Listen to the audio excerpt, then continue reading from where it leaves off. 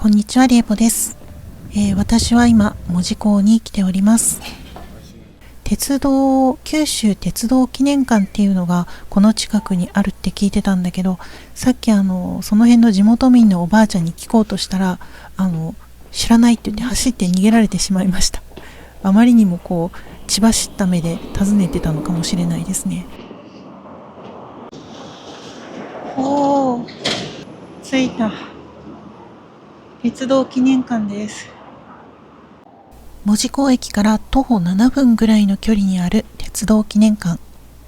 鉄道の歴史を楽しみながら学べる記念館なんだって。かわいい。展示車両なんかもある。これ中に入れるみたい。入場料は大人300円、子供150円。JAF の会員証を持ってたら、2割引きだったかな。ちょっとお得に入れる。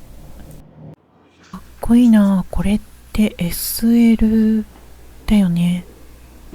私まだ走ってる SL って見たことないんだけど、かっこいいだろうな。音も聞いてみたい。あ、なんかこの前の方の部分って映画の格闘シーンとかでこっから落ちそうになったりしながらなってるやつってよく見ますよね。昔の映画。汽車会社。丸に芝って書いてありますね。東芝かな。これはまたなんかお顔がカクッとしたやつですね。何の電車なんだろう。お、ソニックだ。これ白も青も乗ったことあります。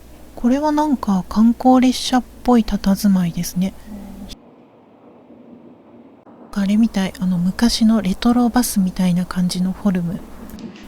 これはあれですね、鹿児島中央駅にも来てたこの独特の顔が何とも言えない。鹿児島中央駅っていうか旧駅名の西鹿児島駅ですね。その時代に来てた特急です。私と同年代ぐらいの方はこの特急大好きだったんじゃないかな。なんとこれ中も見れるみたい。入っていいんだ。お邪魔します。おー、外の方に流れる BGM とも相まって昭和にタイムスリップしたみたいな気分になる。走行音がね、外からカタンコトンとかなんか汽笛の音みたいなのとか聞こえてくるんですよね。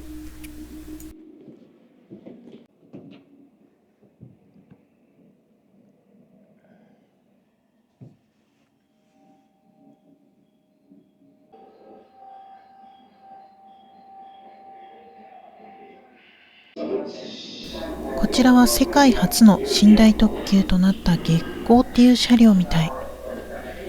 寝台特急ってなんかロマンがありますよね。夜行列車。もう今ってほとんどないのかな。サンライズっていうのだけたまに聞きますよね。寝台付き特急なのかな。昔私修学旅行で、寝台夜行列車だったので、なんかたまにそういうのに乗って行ってみたいなって思うけど、もうなくなってると思うと寂しいもんですね。これは昼間も普通の車両として走れて、このそうそう、この座席みたいにベッドにも変えられる、昼も夜も走れる列車みたい。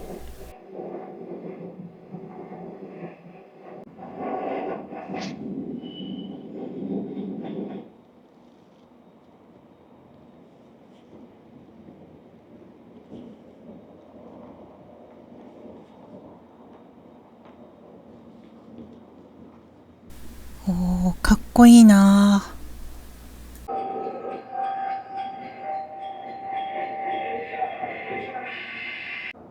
この列車は何だろう。コロンってしてるけど、中に入ってみるか。お、 B 寝台って書いてある。寝台列車なんだ。これは非常用紐、非常ボタンじゃなくて非常紐なんだ。この紐を引っ張れば列車が止まりますって書いてある。冷暖房の配電盤。お、なんかここ見覚えがある気がする。うわ、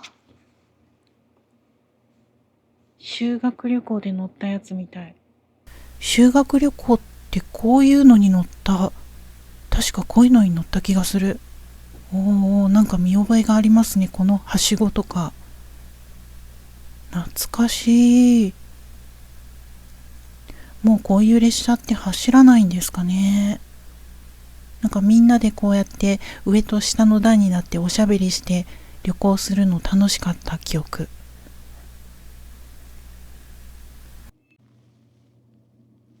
身だしなみの鏡にもう今はない灰皿。灰皿って世の中からだいぶ駆逐されてしまいましたね。で、これ椅子、確かここ出てくる椅子。スハネフ1411。こういう昔のフォントっていちいち可愛いですね。なんか温かみがある。温水器だって。この時代に温水が出てたんだっけ。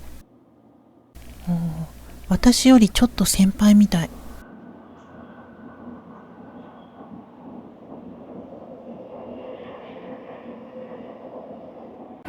車両を軽く見たところで本館に向かいます。上から見る景色もなかなか圧巻だな。ここが九州鉄道記念館の本館。もともと明治24年に建てられた、旧九州鉄道本社かなの社屋そのものが使われているみたい。レンガ造りがめちゃくちゃ重厚感あってかっこいいですよね。門司港レトロのレトロ巡りの建物の一つになってます。運転シミュレーターをやってみます。なんと入ってすぐのところに運転シミュレーターがありました。いや、こういうのやってみたがりなんで、ぜひやらねばっていうか、やったことないけどやってみよう。2区間だけ運転できるらしい。なんかいつもはすごく並んでるみたいだったんだけど、私が行った時はもう一番前も後ろも誰もいなかったんで、焦らず入ってみた。よし。ビギナーモードやってみよう。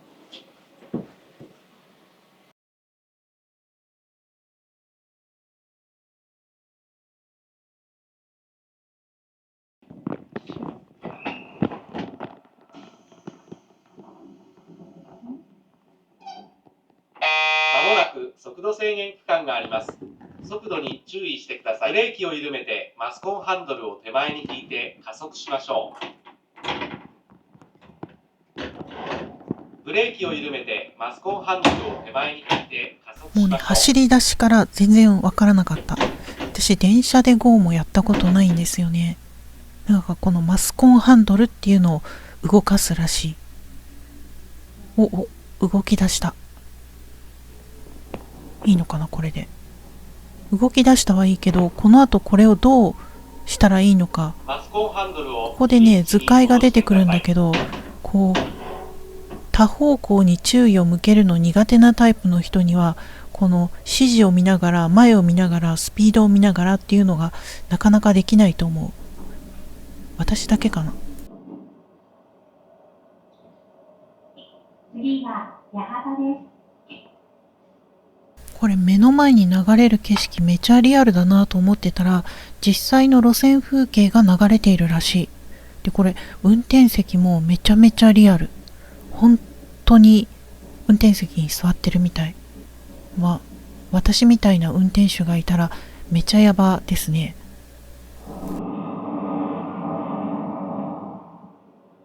走るのはいいんだけど、この止まる時がまた難しかった。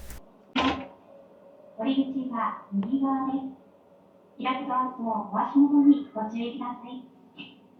いや、車にしてもバイクにしても免許取るとき止まれることが一番大事って言いますもんね。止まるべき時にピタッと止まれる。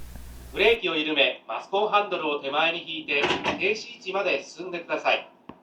いやー、毎回駅でピタリと止められる運転手さんの技術ってすごいですよね。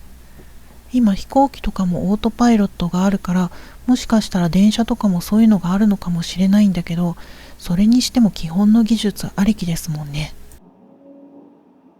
速度が速すぎます。直ちにブレーキをかけて駅に停車してください。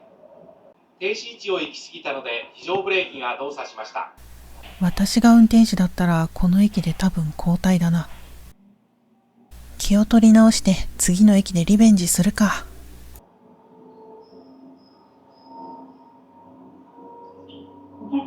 お詫びいたします。先ほど駅に到着する際にホームを引き継ぎで止まりました。お急ぎのところ大変ご迷惑をおかけいたします。深くお詫びいたします。次は黒崎で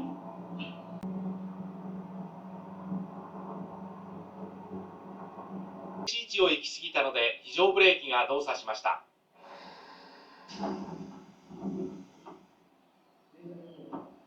黒崎です。ご乗車ありがとうございまし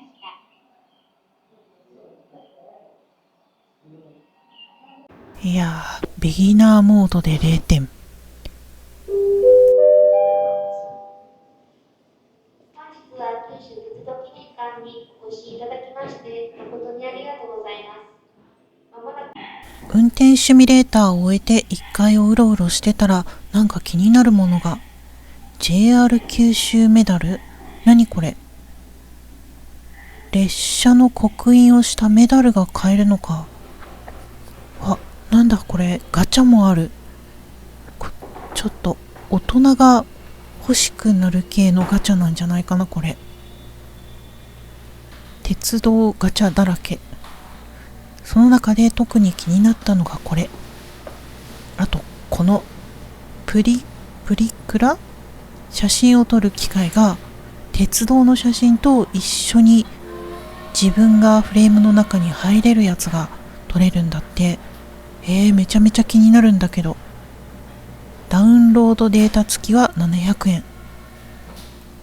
これに新500円硬貨と新紙幣は両替使えないんだって。まずはこのめちゃめちゃ気になったプリクラ機の中に入ってみました。私これ若い頃も1回ぐらいしか撮ったことないんですよね。友達があんまりいないので、こういうのワイワイ撮ることって証明写真ぐらいしかなかったですね。証明写真はワイワイ撮るものじゃないけど。レイアウトもいろいろ選べるんだ。せっかく撮るんだったらダウンロードデータ付きが撮りたいよね。4つのフレームから好きなのを選ぶのか。やっぱこれかな。この700円っていうのも結構良心的でありがたい。割と閉館ギリギリに来てしまったので、めちゃめちゃ焦りながら写真を撮りました。なのでマスクバッチリつけたまま撮っちゃった。次はさっき見て気になってたメダル。どれにしようかな。これだ。なんかね、お金入れて押してから刻印するみたいで、めちゃくちゃ激アツのメダルが出てきました。おー、かわいい。ポカポカしてる。1階の売店には鉄道グッズがいろいろ並んでた。定番の駅名のキーホルダーにピンバッジ、靴下や T シャツにいろんなグッズがありました。そして私が最後に気になったこのガチャもやっちゃった。いやー、最近のガチャって結構なお値段がしますよね。これは500円でした。大人も散財してしまう魔性のガチャ。めちゃめちゃ急ぎながら2階を見に行きます。1時間切ると焦りますよね。閉館が5時なので、ゆっくり見たい方はもっと早めに来た方がいいかもしれない。うわー、このツバメのエンブレムとかめちゃめちゃ可愛い。すごい可愛いな。こんなに種類があるんだ。名門列車ツバメ。最初についた名前は1930年なんだ。おー、これはまたレトロな感じの駅弁の包みたち。なんか昔は駅弁特集とか、あとデパートで駅弁の販売とか、全国の駅弁販売みたいなのやってた気がするんだけど、最近どうなんだろう。駅で駅弁ってこういう売ってるのかな。売店で売ってるのは見たことあるけど、昔ながらの駅弁ってやつ。2階の展示を大急ぎで見たところで、急いで再び外へ。このね、入り口にあった車両に入ってみたかった。なんか頭の方だけ飾ってあったやつ。これね、運転席にも座れて操縦のところも操作できたりするみたいなんですよね。おー、超レトロだ。私は特に機械とかに詳しいわけじゃないんだけど、あと電車マニアでもないんだけど、こういうケーキ類を見るのは好きですね。なんか書いてある文字とかこう作りとかを見るのすごく楽しい。なんだろう、物が動く仕組みっていうのは人類の英知が詰まっている感じがして見てて楽しいんですよね。なんだろう、なんだこれ、運転席がめっちゃ高いところにある。ちょっと乗ってみよう。よいしょ。うわ、すごい高い。よいしょ。よいしょ。私の体がでっかいのか、運転席がね、意外とこう狭く感じる。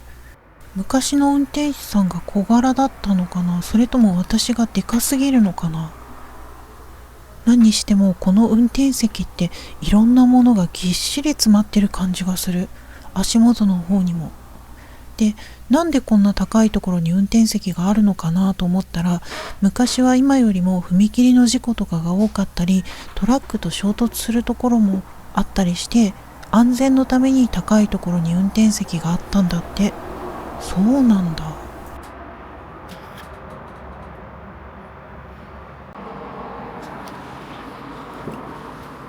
結構な高さが。よいしょ。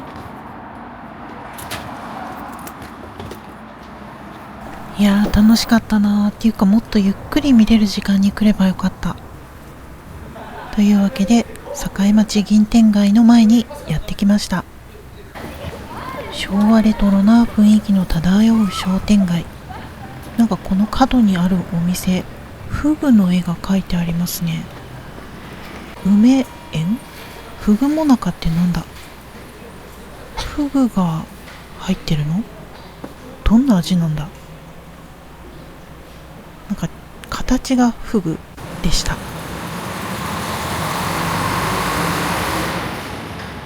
観光地の特別な風景もいいけど、やっぱり旅先に来たらこういう地元の商店街みたいなところを歩きたいですよね。なんか結構昭和の風景が残っていたりして、看板とかなんかそういうのを見るのがめちゃくちゃ好きなんですよね。割とどこもシャッター街が増えてたりするみたいなんだけど、この日は来るのが遅かったからたまたま閉まってたのかもしれない。ダイヤモンドゲートってなんだ？またこの書体がいいですね。ポスターもなかなか古そうなポスター。ハンコ屋さんっていうのも昔ほど見なくなってきましたね。街のメガネ屋さんとかハンコ屋さん。これはなんだ？なんか看板みたいなのが中に見える。お菓子屋さんなのか看板屋さんなのかよくわからないお店だったな。この栄町銀天街自体は昭和32年にできた商店街みたいなんですよね。だから一番古いお店はそれぐらいからあるのかもしれない。さっきのお店も結構老舗感ありましたもんね。ちょっと何のお店かがわからなかったんだけど。今のロックバーとかツェッペリンっていうところなんかは新しいんだろうな。中がちょっと気になる。これは本屋さんかな？おもちゃ屋さん、本屋さん、どっちだろう？昔からありそうな感じの本屋さん。これはおでん屋さんじゃないな。練り物屋さんかな？あ、でもおでんギフトって書いてある。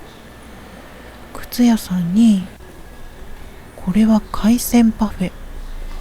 海鮮とパフェの組み合わせが想像つかないんだけど、美味しいのかな？どんなスイーツなんだろう。そしてここに書いてあるサンマの上にあるカズチーって何なんだろう。気になるところだらけなんだけど、答えが誰も教えてくれないのでわからないですね。なんか商店街マップっていうものが欲しかったりする。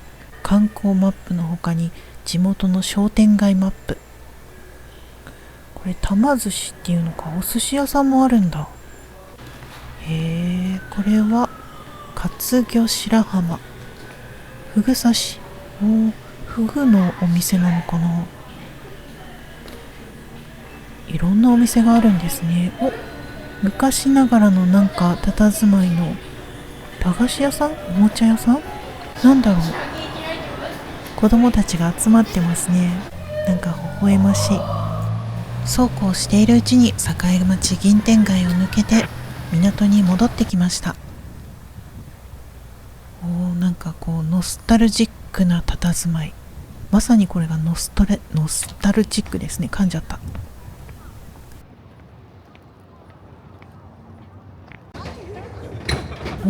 またこちらもレトロな洋館だな。洋館っていうか、なんだろう、この特徴のある建物は。中国料理大連アカシア。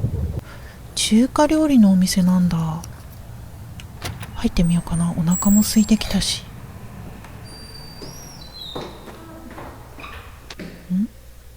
本日休業でした。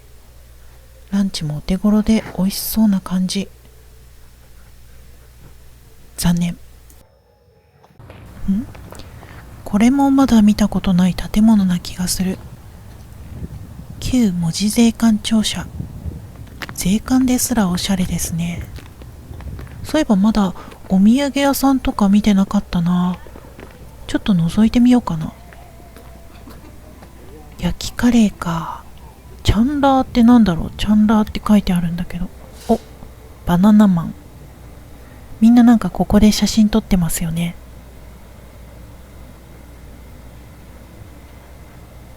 誰もいない。よし、私も撮ってみる。旅の恥はかき捨て。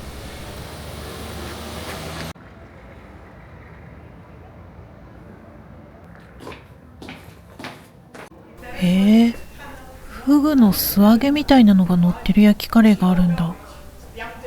チャンラーは売り切れでした。店内はね、やっぱりさすがに文字コーナーだけあってか、海外の観光客の方もめちゃめちゃ多かったですね。日本語ほとんど聞こえなかった。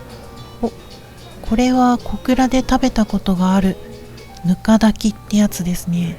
なかなか美味しかった。お土産はね、海鮮系が多い感じだったかな。あと下関が近いからか、フグのお土産も多かった。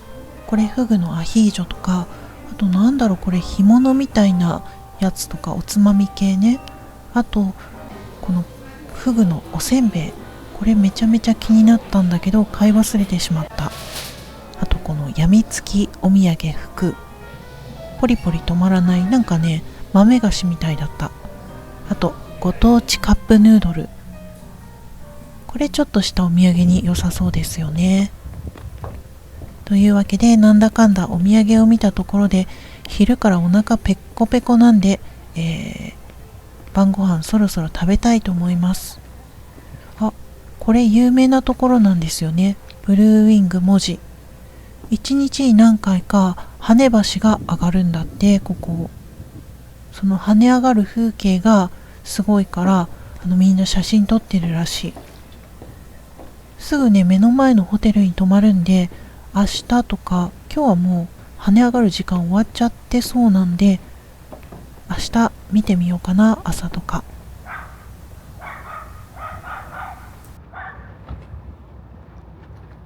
門司港駅のすぐ近くのカレー屋さんにやってきました。ここね、地元の人に自分の一番好きなカレー、焼きカレーのお店どこですかって言ったら、このお店を教えてもらったんですよね。地元民おすすめ。この1階がお店なのかな。看板があるし入ってみるか。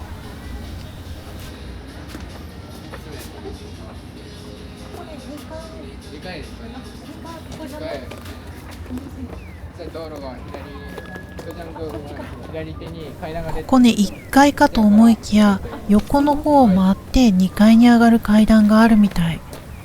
全然わからなかった。これこうぐるっと回ってこっちの通りに行ったら階段が出てくるの。ここか。行ってみよう。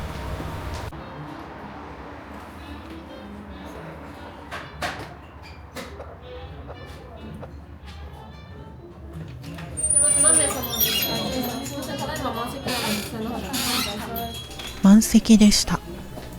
いやー、そりゃそうなるよね。満席といっても今ここで待っているのは私一人なので、席が空けばすぐ呼ばれるはず。待ってる間に焼きカレーの由来でも読んどくか。もともとね、どっか地元の喫茶店が昭和30年頃に焼きカレーをメニューで出したことで名物焼きカレーみたいになっていったのが始まりらしい。最初は今みたいにいろんなトッピングがあるカレーじゃなかったんだって。今ではいろんなお店でオリジナルの焼きカレーが出ているみたいで、このおすすめメニュー開いたんだけど、上の方ブイヤベースとか売り切れで、下の方にねこうバナナの焼きカレーとかがあるのがめちゃくちゃ気になったんだけど、バナナ食べる勇気がなかったので大好きなシーフードの方にしました。私におすすめしてくれた地元の方は野菜の焼きカレーが美味しいって言ってたかな。見ている間にもどんどん海外のお客さんがやってきて、18名の団体さんが入りきれないのに入れるだけ入れてくれなんていう感じで押し寄せてきていて、門司港っていうのは賑わっている街なんだなと思いました。で、待ってる方がいるので私もめちゃめちゃ急いで熱い焼きカレーをかき込みました。